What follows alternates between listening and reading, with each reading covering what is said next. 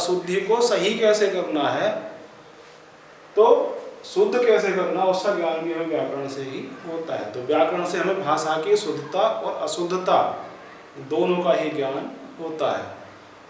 अशुद्धता का इसलिए क्योंकि हम पहचान सकेंगे गलती है यहाँ पर, अशुद्धता का ज्ञान इसलिए आवश्यक है कि हम उसको फिर सही कर सकें और शुद्ध कर दें। दोनों का हमें बोध होता है, दोनों की हमें जानकारी होती है।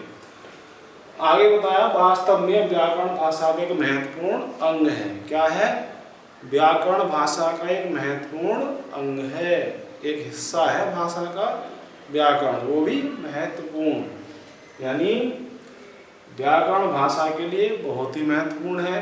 व्याकरण के बिना जो भाषा है उसके शुद्धता की हम कल्पना नहीं कर सकते, इसलिए व्याकरण को भाषा का महत्वपूर्ण अंग और बताया गया है। ठीक, तो ये बात हमने यहाँ तक की व्याकरण की। तो तीन चीजें यहाँ पर आई हैं मुख्य मुख्य, आप अगर देखेंगे, पहला तो आया भाषा को शुद्ध रूप प्रदान करने वाले नियम और सीमाओं की बात आई, उसको हमने क्या कह दिया? व्याकरण कह दिया।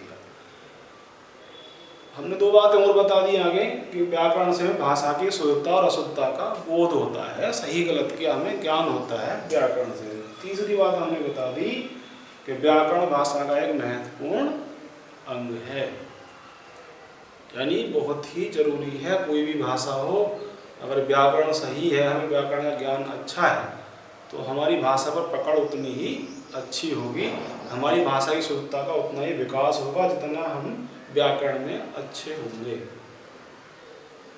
मुझे उम्मीद है आपको समझ में आया होगा, और याद करने समझने के आप इसको वीडियो को दोबारा से देख लें और समझ लें।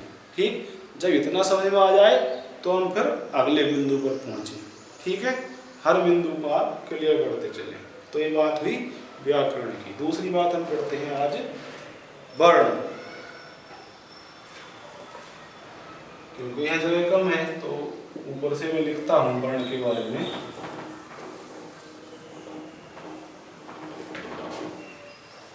हमने पहले पढ़ा पिछली वीडियो में भाषा क्या है उसके बारे में हमने पढ़ा, लिपि के बारे में हमने पढ़ा, और उसी क्रम में हमने पढ़ा आज व्याकरण के बारे में। भाषा को हमने जान लिया क्या है, और उसी क्रम में हमने व्याकरण को जाना कि क्या है।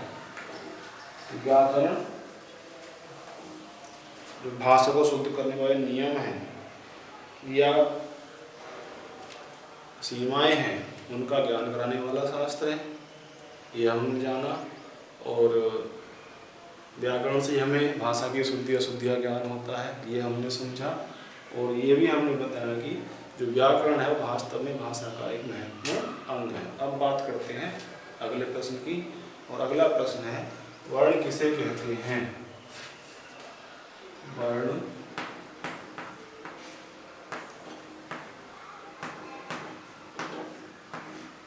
वर्ण किसे कहते हैं?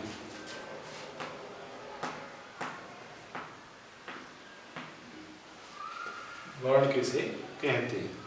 दूसरी बात और हम लें, वर्ण कितने प्रकार के होते हैं? वर्ण कितने प्रकार के होते हैं?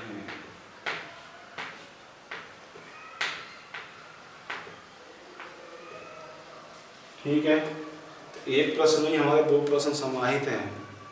पहला प्रश्न में पहली बात वर्ण किसे कहते हैं, तो पहले हमें बताना है वर्ण जो हम पढ़ते आए हैं छोटी कक्षाओं से ही, तो वर्ण किसे कहते हैं, क्या है वर्ण, उसके बारे में पूछा गया, बताना है। और दूसरी बात पूछी है कि वर्ण कितने प्रकार के होते हैं। ठीक, तो दो चीज़ें हमें इसमें बतानी है। पहले हम लिखेंगे वर्ण के बारे में, लिखेंगे भाषा की, चाहे आप हेडिंग डाल देंगे यहाँ पर वर्ण,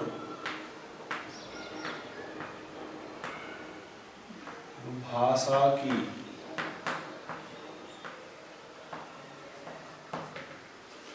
वर्ण क्या है? भाषा की और सबसे छोटी इकाई भाषा की सबसे छोटी इकाई, भाषा की सबसे छोटी इकाई जिसके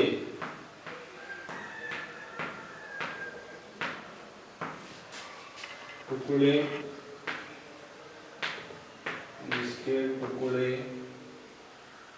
या खंड कह सकते हैं, जिसके टुकड़े या खंड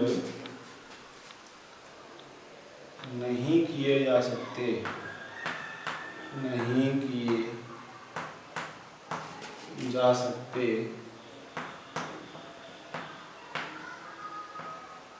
नहीं किए जा सकते,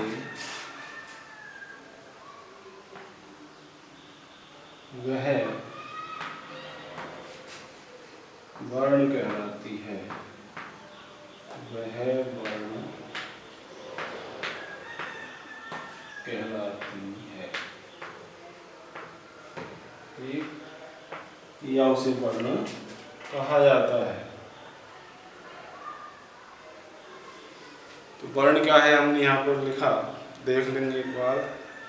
भाषा की सबसे छोटी इकाई, पहली चीज तो वर्ण क्या है, भाषा की सबसे छोटी इकाई है। बिल्कुल शुरुआत हम कहाँ से करते हैं, वर्णों से करते हैं। कोई भी भाषा है, हम हिंदी पढ़ते हैं, शुरू में क्या है, शुरू में हम वर्ण पढ़ते हैं।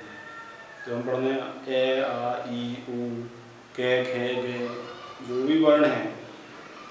तो भाषा की सबसे छोटी इकाई वर्ण, यानी सबसे छोटी इकाई है वर्ण। वहाँ से हम भाषा को पढ़ना, जानना या भाषा का ज्ञान प्राप्त करना शुरू कर देते हैं वर्ण से। अंग्रेजी में हम पढ़ते हैं तो अंग्रेजी में यही, अंग्रेजी के जो वर्ण हैं ABCDEFGH, वो भी क्या है, वो वर्ण है। वहीं से हम अंग्रेजी भाषा की शुरुआत करते हैं। तो यहाँ ये लिखा है कि भाषा की सबसे छोटी इकाई, सबसे छोटी इकाई। हालांकि हम कंपटीशन स्तर पर पढ़ते हैं तो और बहुत सी बारीकियाँ इसमें हैं, लेकिन क्योंकि हम जूनियर स्तर के छात्र हैं तो जितना हम समझ सकते हैं उतना ही समझना पर्याप्त होगा, वरना इस वर्ण से पहले ध्वनि भी होती है, और वो कंपटीशन स्तर पर बड़ा बारीकी में हम जाते हैं तब है। तो यहाँ हमने समझा कि भाषा की सबसे छोटी इकाई जिसके टुकड़े या हम कह सकते हैं खंड नहीं किए जा सकते, जिसको हम अलग अलग नहीं कर सकते, वह वर्ण कहलाती है। ठीक, वह क्या कहलाती है, वर्ण कहलाती है। चलिए समझ लिया, इतना तो कोई कठिन बात नहीं है कि भाषा की सबसे छोटी इकाई जिसके टुकड़े या खंड नहीं किए जा सकते वह वर्ण कहलाती है। जैसे जो भी हम वर्णमाला में पढ़ते हैं हिंदी में, जैसे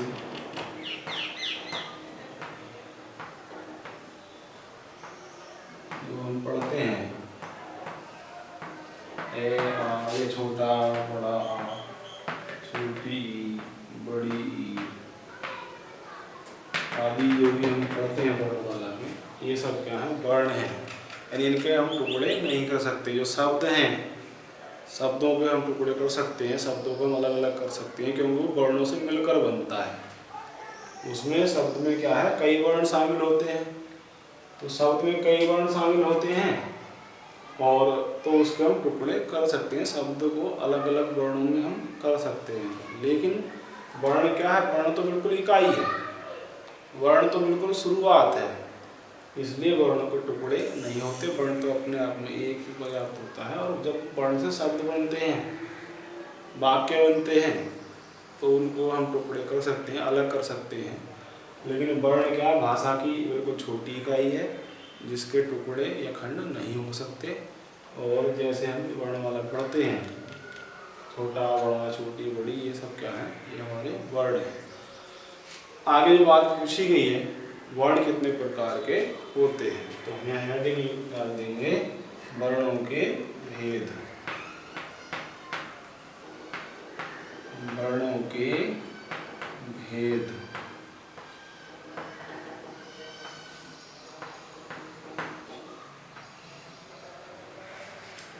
वर्ण किसे कहते हैं वो हमने समझ लिया, भाषा की सबसे छोटी इकाई। दूसरी बात जो पूछिए वर्ण कितने प्रकार के होते हैं वो हम आगे लिखेंगे, वर्णों के भेद लिख सकते हैं हम। वर्ण मुख्य रूप से, वर्ण मुख्य रूप से, वर्ण मुख्य रूप से 5 प्रकार के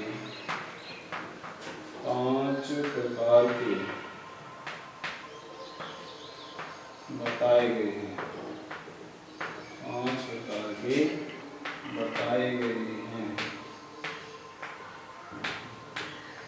ठीक है, कितने प्रकार बताए हैं वर्ण? 5 प्रकार का बताए हैं, वर्णों के 5 भेद हैं। कौन से हैं लिखेंगे, जिसमें पहला है आपका स्वर वर्ण। पहला क्या है? हाँ, स्वर वर्ण। ठीक। दूसरा आपका क्या है? दूसरा है आपका व्यंजन वर्ण। क्या है दूसरा? व्यंजन वर्ण।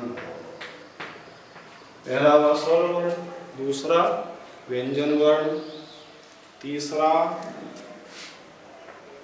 अंत्यस्थ, तीसरा